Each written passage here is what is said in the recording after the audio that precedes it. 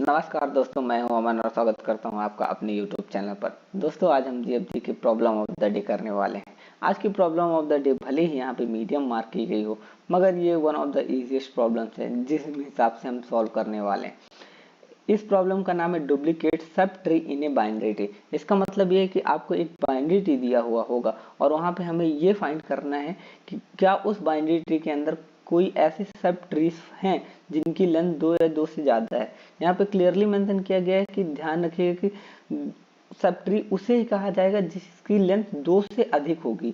इसीलिए अगर कोई लीफ नोड है जो अगर सिमिलर है तो उनको सब ट्री नहीं कहा जाएगा। अब सब ट्री की डेफिनेशन क्या होती है ये देख लेते हैं। सपोज कीजिए कि हमारे पास ये एक बाइनरी ट्री दिया हुआ है, इसमें जितने भी एलिमेंट्स हैं वो एज इट इज सेम होने चाहिए। जैसे इस बाइनरी ट्री में 2 4 5 और 2 4 5 सेम ऑर्डर में दिए हुए हैं, तो इसे हम binary sub tree duplicate sub tree बोलेंगे। तो इसके लिए इस पूरे प्रोग्राम का आउटपुट होगा 1, यानी इस पूरे ट्री में दो या दो से ज्यादा डुप्लीकेट सब ट्रीज प्रेजेंट हैं। अब इसका कोडिंग इम्प्लीमेंटेशन देखते हैं कि हम इसे कोडिंग में कैसे इम्प्लीमेंट कर पाएंगे। तो चलिए पहले इसका ट्री एज इट इज बना लेते हैं। 1 2 3 4 5 2 4 5, ये हो गया इसका ट्री। अब हम क्या करने वाले हैं, अब हम यहाँ पे चेक करने वाले हैं। यहाँ पे हम बिल्कुल छोटी सी कंडीशन लगाएंगे। यहाँ पे हम मैप का यूज करेंगे। मैप का यूज करके हम क्या करेंगे, हम जो भी ये नोट्स हैं इसे सबसे पहले हम स्ट्रिंग में कन्वर्ट करेंगे और स्ट्रिंग में कन्वर्ट करके स्टोर कर लेने वाले हैं। तो चलिए देखते हैं कि हम एक्चुअली कोडिंग इम्प्लीमेंटेशन कैसे करेंगे। तो ये देखिए, ये होने वाला है हमारा एक्चुअल कोड जो कि हमारा पूरा का पूरा आउटपुट देने वाला है। अब देखते हैं कि इस पूरे के पूरे कोड में क्या होगा। तो सबसे पहले इसके लिए हमें एक मैप की जरूरत पड़ेगी। तो हम एक मैप बना लेते हैं एमपी नाम का। एमपी नाम का हमने एक मैप बना लिया। इनिशियली मैप में कोई भी वैल्यू नहीं होगी, लेकिन इस मैप का डेटा स्ट्रक्चर इस तरीके का होगा कि इस मैप के पहले वाले सेक्शन पे एक स्ट्रिंग स्टोर होगी और इस मैप के दूसरे वाले सेक्शन में एक इंटीजर स्टोर होगा। ये स्ट्रिंग और इंटीजर का पेयर इसलिए बनाएगा क्योंकि स्ट्रिंग क्या करेगा कि हम जो भी वैल्यू स्टोर करेंगे वो हमें एस एन स्ट्रिंग के फॉर्म में स्टोर करेंगे और ये इंट ये बताएगा कि वो वैल्यू कितनी बार स्ट्रिंग में प्रेजेंट है। तो अब हम क्या करेंगे, हमने क्या किया कि हमने एक मैप बना लिया जो पहले स्ट्रिंग स्टोर करेगा, उसके बाद इंटीजर। उसके बाद हम क्या करेंगे कि हम रूट नोड को पास करेंगे और हर बार क्या करेंगे, हर बार हम करने वाले हैं कि सबसे पहले हम पूरे के पूरे लेफ्ट सब ट्री को ट्रैवर्स करेंगे, उसके बाद रूट नोड के डेटा को ऐड करेंगे। सबसे पहले हम पूरे लेफ्ट ट्री को ट्रैवर्स करेंगे, देन रूट नोड के डेटा को ऐड करेंगे और उसके बाद पूरा का पूरा राइट सब ट्री ट्रैवर्स करेंगे। उसके बाद मैप में उस वैल्यू को अपडेट कर देंगे और उसके बाद रिटर्न कर देंगे हमारा जो भी स्ट्रिंग है। चलिए देख लेते हैं इसको डायरेक्टली इम्प्लीमेंट करके कि इसका एक्चुअल इम्प्लीमेंटेशन कैसे होने वाला है। तो सबसे पहले हमने बोला कि हमारे पास रूट नोड है 1, तो हमने बोला कि एक काम इसके लिए एक स्टैक बना लेते हैं ताकि हमको ज़्यादा बेहतर तरीके से समझ में आए। तो हमने बोला कि हमारा रूट नोड है 1, तो हमने क्या कहा कि क्या रूट नल है, जी नहीं, रूट नल नहीं है। तो हमने क्या कहा कि हम एक स्ट्रिंग नाम का वेरिएबल बना लेते हैं और स्ट्रिंग नाम के वेरिएबल पे पहले लेफ्ट के लिए कॉल मारते हैं, इंसर्ट इनटू मैप लेफ्ट। तो हमने यहाँ से कॉल मारी यहाँ के लिए, तो हमने कॉल मारी लेफ्ट साइड के लिए। तो लेफ्ट साइड के लिए हम वापस आए, हमने बोला कि क्या रूट नल है, नहीं, रूट नल नहीं है। तो हमने क्या बोला, फिर से एक स्ट्रिंग नाम का एस नाम का वेरिएबल बनाओ और फिर से लेफ्ट के लिए कॉल मारो। लेफ्ट के लिए वापस से कॉल गई तो हम पहुंचाए कहाँ पे, 4 पे। हमने बोला क्या रूट नल है, जी नहीं, रूट नल नहीं है। तो एस नाम का वेरिएबल बनाओ और वापस से लेफ्ट के लिए कॉल मारो। एस नाम का वेरिएबल बना और वापस से लेफ्ट के लिए कॉल आ गया। जैसे ही 4 के लेफ्ट के लिए कॉल गया, 4 के लेफ्ट में क्या पड़ा हुआ था, नल। तो जैसे ही, तो यहाँ से अगर रूट नल है तो क्या कर देना है, रिटर्न कर देना है कुछ नहीं, मतलब एक खाली स्ट्रिंग रिटर्न हो जाएगी। तो यहाँ से लौट आई एक खाली स्ट्रिंग। अब यहाँ से लौटने के बाद हम कहाँ के लिए कॉल करने वाले हैं, हम कॉल करने वाले हैं यहाँ से राइट के लिए। तो हमने कॉल किया 4 से राइट के लिए। 4 के राइट में भी नल पड़ा था, तो वापस से यहाँ, सॉरी, जब यहाँ से लौटा तो यहाँ उसके बाद हमने क्या किया, हमने रूट के डेटा को स्ट्रिंग में कन्वर्ट किया। तो जो हमारा रूट का डेटा था, हमारा रूट का डेटा था 4, 4 को हमने किस में कन्वर्ट कर दिया, स्ट्रिंग में। तो हमने क्या किया, हमने एक खाली स्ट्रिंग पकड़ी, उस पर क्या ऐड कर दिया 4, और उसके बाद हमने क्या किया, हमने रूट के राइट के लिए कॉल किया, रूट के राइट के लिए कॉल किया तो उस पर पड़ा हुआ था नल, हमने वहां से क्या रिटर्न कर दिया, एक खाली स्ट्रिंग। तो वापस से यहाँ क्या आ गई, एक खाली स्ट्रिंग। तो ओवरऑल यहाँ पे सिर्फ क्या आएगा, स्ट्रिंग का सिर्फ 4 आएगा। तो यहाँ पे स्ट्रिंग में 4 आ गया। अब हमने क्या कहा कि मैप के जो भी स्ट्रिंग की वैल्यू है उस पर एक इंक्रीमेंट कर दो। तो यहाँ पे इनिशियली देखेंगे तो इनिशियली मैप में कुछ भी नहीं पड़ा हुआ था, तो इसलिए जब कुछ भी नहीं पड़ा होता है तो इनिशियली हम मैप पे उस एलिमेंट को डालते हैं, तो ये हमारे आ गए 4 स्ट्रिंग, और एक इंक्रीमेंट करने पे इसकी वैल्यू हो गई 1, यानी 4 हमारा एक बार आया है। उसके बाद क्या कर देंगे, रिटर्न एस। यहाँ से हम क्या रिटर्न करेंगे, यहाँ से हम स्ट्रिंग का 4 रिटर्न करेंगे, तो ये स्टैक से हट जाएगा और यहाँ पे लेफ्ट कॉल आ जाएगी 4। ये कहाँ से रिटर्न हुआ था, 2 के लेफ्ट से। इसके बाद क्या करेंगे, 2 को स्ट्रिंग में कन्वर्ट करेंगे, तो 4 यहाँ पे 4 था प्लस स्ट्रिंग का 2, और उसके बाद क्या कर रहे हैं, इंसर्ट इनटू मैप राइट। तो रूट के राइट में गए और यहाँ से कॉल आई, तो वापस से क्या रूट नल है, रूट नल नहीं है, तो क्या बनेगा, एक एस नाम का वेरिएबल बनेगा, और फिर वापस से क्या होगा, वापस से लेफ्ट के लिए कॉल हो जाएगा। तो इस बार कहाँ से लेफ्ट के लिए कॉल होगा, इस बार 5 से लेफ्ट के लिए कॉल होगा। 5 से लेफ्ट के लिए कॉल हुआ तो यहाँ पे रूट नल था, जैसे रूट नल था तो यहाँ से एक खाली स्ट्रिंग निकली। उसके बाद हमने क्या किया, हमने जो रूट का डेटा था उसको स्ट्रिंग में कन्वर्ट किया, तो यहाँ पे खाली स्ट्रिंग प्लस 5 को स्ट्रिंग में कन्वर्ट कर दिया, और अगेन 5 के राइट में कॉल किया, 5 के राइट में अगेन नल पड़ा हुआ था, क्योंकि 5 के राइट में नल पड़ा हुआ था तो वापस यहाँ से खाली स्ट्रिंग ही लौटेगी। तो यहाँ पे 5 स्ट्रिंग का प्लस खाली स्ट्रिंग, खाली स्ट्रिंग का कोई वैल्यू नहीं होती, इसलिए यहाँ से सिर्फ क्या आएगा, एस में क्या स्टोर हो जाएगा, 5। फिर हमने बोला कि मैप में जहां भी 5 पड़ा हो उस पर एक इंक्रीमेंट कर दो, क्योंकि मैप में कहीं पे भी 5 नहीं पड़ा हुआ था, तो एक 5 नाम का वापस से एक मैप बन जाएगा, और यहाँ पे इसकी वैल्यू हो जाएगी 1। इसके बाद हमने कहा कि यहाँ से क्या रिटर्न करना है, यहाँ से रिटर्न करना है s, और हमारे s की वैल्यू थी क्या, 5, तो यहाँ से हमने रिटर्न कर दिया s। तो यहाँ से रिटर्न हुआ s, तो 4 इसके बाद कन्वर्ट हुआ था 2, इसके बाद उस पे आया था 5, तो ओवरऑल ये हो जाएगा 4 2 5।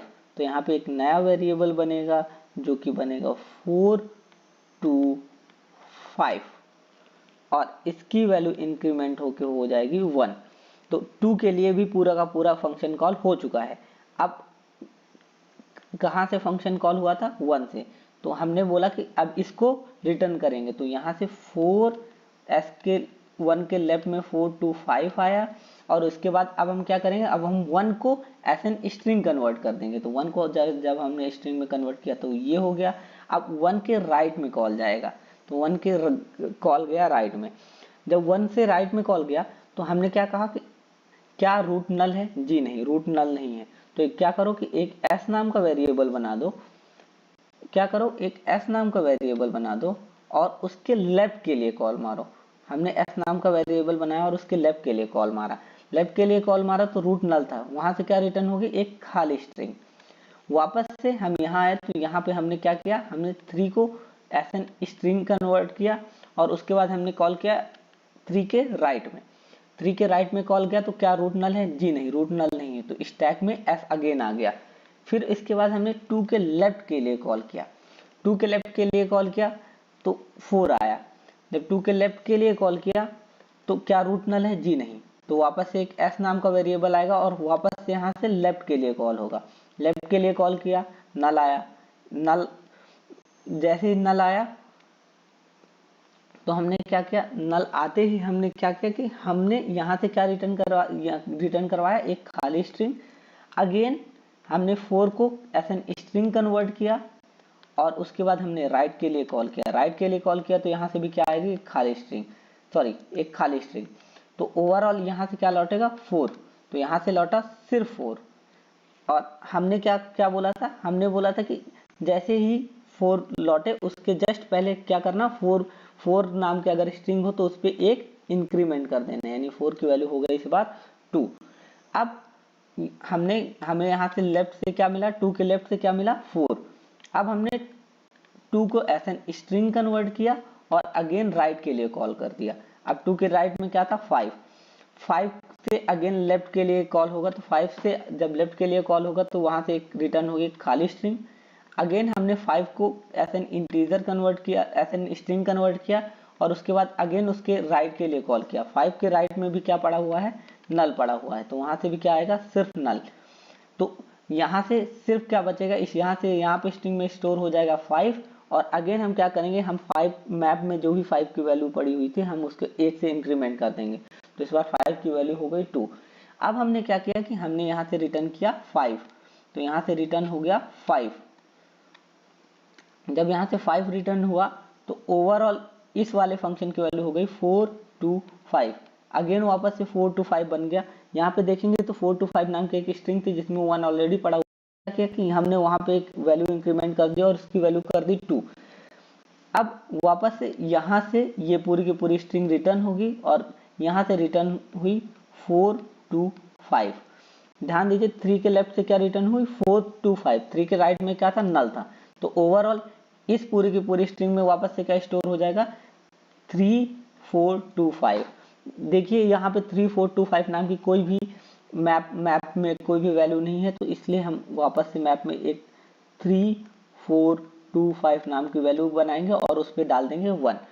अब 3 के लेफ्ट और राइट दोनों के लिए कॉल हो गया है, तो ये 3 पूरा का पूरा हट जाएगा और उसके बाद यहाँ क्या आएगा, यहाँ से वैल्यू क्या रिटर्न हुई 3 4 2 5, तो यहाँ से आया 3 4 2 5। तो ओवरऑल इस पूरे के पूरे ट्री का क्या आएगा 4 2 3 1 3 4 2 5। तो एक मैप में वैल्यू बना देते हैं 3 4 2 3, सॉरी ये 5 था, 4 2 5 4 2 5 1 3 4 2 5। ये एक वैल्यू आ गई मैप पे और इसको इंक्रीमेंट कर दिए 1 से। ये पूरा का पूरा ट्री ट्रैवर्स हो चुका है। अब हम क्या करेंगे, अब हम इस मैप पे वैल्यू चेक करेंगे। ध्यान दीजिएगा हमारी सबसे पहले कंडीशन ये थी कि हमेशा जो भी नोड का साइज है वो 1 से बड़ा होना चाहिए। तो यहाँ पे एक नोड का साइज 1 नहीं है, इसलिए ये एलिमिनेट हो जाएगा। सॉरी 1 से बड़ा नहीं है तो ये एलिमिनेट हो जाएगा। यहाँ पे 5 का साइज भी 1 से बड़ा नहीं है, इसलिए एलिमिनेट हो जाएगा। यहाँ पे 4 2 5 का साइज 1 से बड़ा है और इसके जो नंबर ऑफ रिपीटिशंस हैं वो भी 1 से बड़े हैं, जो कि हैं 2। तो इसलिए इस हमारे पूरे बाइनरी ट्री में ये एक ऐसा सब ट्री प्रेजेंट है जो कि डुप्लीकेट है। आगे बढ़ लेते हैं। सपोज कीजिए अगर नहीं होता, यहाँ पे पहुंचे, यहाँ पे साइज तो 1 से ज्यादा है, जिसकी इस पूरे नोड सब ट्री की साइज 1 से ज्यादा है, मगर ये एक ही बार आया है। इस पूरे सब ट्री की भी साइज 1 से ज्यादा है, मगर ये भी एक ही बार आया है। तो ओवरऑल हमें 2 कंडीशन चेक करनी पड़ेगी कि मैप में जो भी स्टोर है उसकी साइज 1 से ज्यादा हो और मैप में जितनी बार भी रिपीटेशन स्टोर है वो भी 1 से ज्यादा हो। चलिए इसका ओवरऑल कोडिंग इम्प्लीमेंटेशन देख लेते हैं। हमें एक ट्री दिया हुआ है, हमने क्या किया, हमने एक अनऑर्डर्ड मैप बनाया जो कि पहले में स्ट्रिंग स्टोर करेगा, दूसरे में इंटीजर स्टोर करेगा। स्ट्रिंग बताएगा कि नंबर ऑफ नोड्स कौन कौन सी हैं और इंटीजर बताएगा कितनी बार आया है, कितनी बार रिपीट हुआ है। उसके बाद मैंने एक इंसर्ट इनटू मैप नाम का फंक्शन बना दिया और उसमें अपना रूट पास कर दिया और मैप पास कर दिया। इंसर्ट इनटू फंक्शन का इम्प्लीमेंटेशन जस्ट अभी हम लोगों ने देखा है। उसके बाद हमने क्या किया, हमने एक फॉर ईच लूप लगाया और उसमें एक इटरेटर लगा दिया। हमने बोला कि इटरेटर के फर्स्ट की जो लेंथ है वो 2 से बड़ी होनी चाहिए। ध्यान दीजिएगा मैप, जो भी हमारा मैप होता है उसमें जो भी वैल्यूज दी हुई होती हैं उसके फर्स्ट वाले पोर्शन को फर्स्ट बोलते हैं और उसके सेकंड वाला जो पोर्शन होता है उसको सेकंड बोलते हैं। तो हमारे मैप में देखिए जो ये वैल्यूज दी हुई थी, तो मैंने कहा कि मैप के जो इटरेटर यानी हर बार वो एक एक एलिमेंट को ट्रैवर्स करेगा, तो पहली बार वो यहाँ होगा। तो मैंने कहा कि IT के फर्स्ट की लेंथ 1 से बड़ी हो, क्योंकि ये स्ट्रिंग है तो इसकी लेंथ होगी, तो इसकी लेंथ 1 से बड़ी हो और IT के जो सेकंड वाले पोर्शन पे है उसकी वैल्यू 1 से बड़ी होनी चाहिए। तो ये सेटिस्फाई नहीं कर रहा है, ये वाला भी सेटिस्फाई नहीं कर रहा है, मगर ये तीसरी कंडीशन सेटिस्फाई कर रही है। तो जैसे ये तीसरी कंडीशन सेटिस्फाई करेगी तो वहां से हम 1 रिटर्न कर देंगे। और अगर ये पूरा का पूरा मैप ट्रैवर्स हो जाता है, इटरेटर यहाँ भी आ जाता है, यहाँ भी आ जाता है, और उसे ये दोनों के दोनों कंडीशन सेटिस्फाइड नहीं मिलती हैं, तो वो क्या करेगा, एट लास्ट वो आके यहाँ पे रिटर्न 0 कर देगा। और इस तरीके से हमारा इस पूरे प्रोग्राम का कोडिंग इम्प्लीमेंटेशन आसानी से हो जाएगा। बस इसके लिए हमें थोड़ा बहुत मैप की नॉलेज होनी चाहिए बस। अगर आपको हमारा ये सॉल्यूशन पसंद आया हो तो कृपया चैनल को लाइक, सब्सक्राइब और शेयर करना ना भूलें। Thank you.